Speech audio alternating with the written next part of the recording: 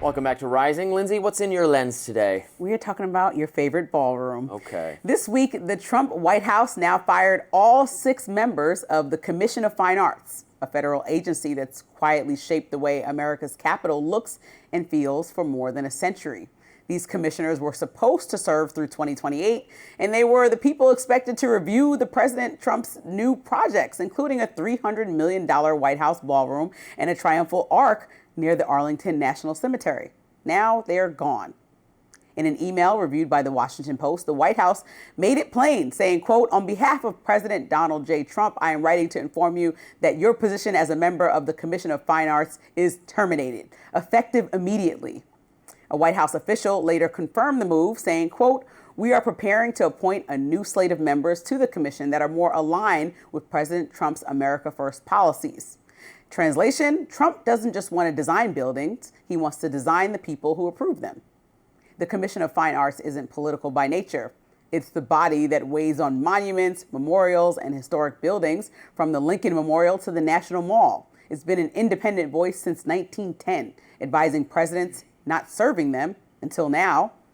Trump's team has already torn down the White House East Wing to make room for the ballroom before any formal review could even take place. One fired commissioner named Bruce Becker said his group would, quote, "look forward to a full review of the plans for the new structure that will replace the East Wing."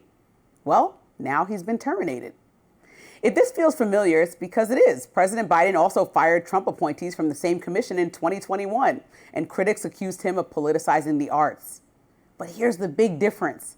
Biden was not preparing to build a ballroom with his name all over it. Trump's firing spree also extends to another key body, the National Capital Planning Commission, where his allies now hold the majority. That board will likely decide whether the ballroom gets approved. In other words, Trump now controls the referees and the field. Now, this isn't just about art or architecture. It's about legacy and who gets to define it. When you control how Washington looks, you shape how history remembers you. And that's the real story here. The man who once promised to, quote, drain the swamp is now redesigning it in marble, gold, and his own reflection. Well, I'm glad you pointed out what I was going to point out, which is that Trump fired the members of this commission because Biden had fired Trump's members of the commission, and so now Trump fired Biden's members. So there's nothing unprecedented about this whatsoever. If Trump wanted to come in and fire them first thing, do it 9 months ago. But to announce the ballroom and do it while the first person just vocally said, "Oh, we look forward to reviewing these plans," that looks like you're retaliating, like, "Oh, wait, I can do this too. Biden did it." Biden let them go, but didn't have constructual or architectural plans happening within the same week, happening simultaneously as firing people. You see how this is much more petty? Like, I also would criticize Biden in that moment of firing people that are supposed to be an independent commission that are working on a board that have done so since 1910. The bigger problem for me is that you're literally in building phase and you're hiring people that are just going to say yes. So imagine that something's supposed to be independent and then you hire your friends to be like, "Oh yes, beautiful designs, we love it, move forward." But it wasn't independent in the first place. Because Biden hired them? Yeah. Do you think the Supreme Court's independent? And Trump nominates people? Or, like, that's what I'm saying. People can be independent. They're literally looking at architecture, have some experience in it, I'm assuming, and say, "Oh, this looks nice, this looks gracious," not a huge sore spot on the White House, and looking at architectural designs. I don't think these people were meant to just harass President Trump because of pure look. I think they were going to ask what actually matches with the aesthetic. They were going to look at some overall things that make sense and say, "Oh, does this align with the history of our country and how this body's been governing since 1910? Trump said, "No, thanks." Yeah, it's not right. He said that's like a baby brat. Come on, that's a baby brat. I think it's fine. I don't think I could get worked up about this if my life depended on it. There are transparency concerns. People do care. They want to know what's going on in there. Like, President Trump is calling for this ballroom, and we could bring the conversation right back to where you love it since you don't care about this. I know Democrats Millions of Americans are about to lose their benefits on Saturday and won't be able to eat dinner, and President Trump called his richest friends to give him $300 million so he can dance and prance around in the White House, and it seems tone deaf. Let's talk about that part of it then, since you don't want to talk about the actual fact that the man's hiring his friends to say, "Yes, beautiful design," and not something that we've done. Somebody send anybody in here to give me an argument. It's not taxpayer dollars are not being. It's not about taxpayer dollars. I said the optics of it look insensitive. He's the president. He should care. That's my point. He should care about the timing. He should care about what's appropriate. He done draped the entire Oval Office in gold. Does it look insensitive to foreign dignitaries when their staff, the people they come, have to use porta potties and have to stand on the grass during dinners. We're talking about deluxe porta potties, okay? The White House parties were not too shabby. I would like Please to build stop, up the. I'm sure they're very nice. They're very nice. But we're building up. We're not talking about these parties looking terrible. They were very nice parties. You've seen They're pictures. going to be even nicer because we're going to have a nice.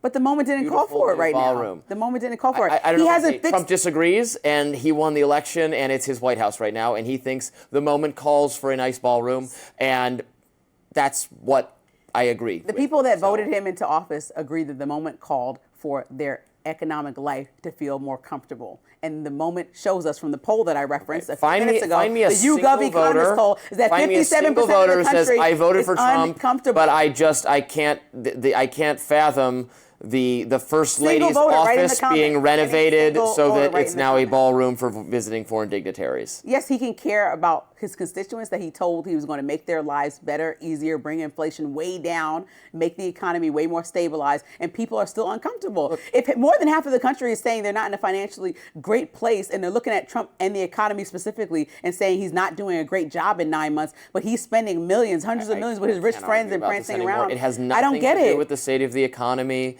or what people are looking at how out of touch the president is. This is not out of touch. This is about foreign policy. He campaigned on being a person for the people. He relates to everybody. He's the man of attack. He relates to people of police brutality and people who are constantly under scrutiny. He's the person that's outside of the government. He is not relatable. This just goes to show you that that was all a sham. It's completely unrelatable to be worried about a fancy ballroom when America is struggling. That's my point that I'm making. And you can't see that the timing is a little off. He has 3 more years in office. Multiple things at once a little bit. We can be simultaneously ordering construction on a new room for the White House and also working on a couple other projects. Like this is not just the only thing. It's not all of the Trump agenda is on pause while a ballroom is being built, and no one cares. The only people who care about this are mainstream media, liberal Democrats, hair on fire, Elizabeth Warren types.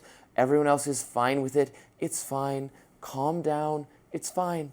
It's fine. He can't. It's fine. You're right. He can do two things at once, but the problem is that he's not doing two things at once. It's fine. He is not making the economy more easy to maneuver for the American public. He is putting tariffs forward that are making it harder to afford things as we hit Christmas and Thanksgiving, when people would like to buy gifts and spend time with their family leisurely, spend leisurely funds. He's not doing two things at once. He put the big, beautiful bill forward, which raises our debt, and supported that. He is not doing two things at once. So name the second thing that he's doing, aside from spending hundreds of millions of dollars. He is not keeping us out of wars that cost us money. Hundreds of millions of dollars. It's not taxpayer It's his friend's money. Well, that's but I'm fine. saying it's their right to spend money. But what is he doing at once? I know this is confusing to Democrats, but you can spend your money however you want. But what's the second thing that he's doing? You can't spend the public's money however you want. You said he can do two things at once. That's the key difference that Democrats don't understand. What's the second thing that he's doing to bring prices down for the American public? You said he can address that issue, but then he can also spend his own money. So how is he addressing the issue so it won't make him look tone deaf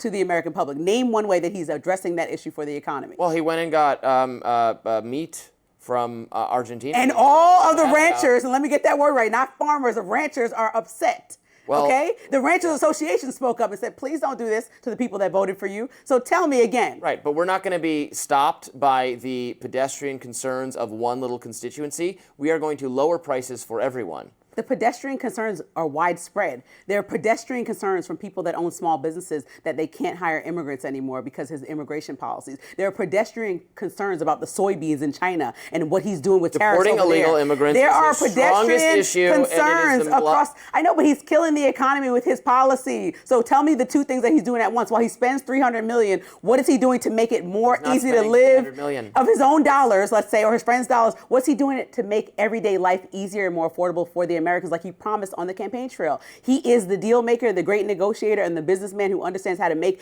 life more affordable for you. How is he doing that? I've named several ways that he's not, and I just want to clarify the two things that he's doing at once. I'm too exhausted to continue. Let's wrap there. Coming up, the U.S. has stuck yet another alleged drug-carrying vote, and a Democratic congressman's comments about it are raising eyebrows. Stay with us.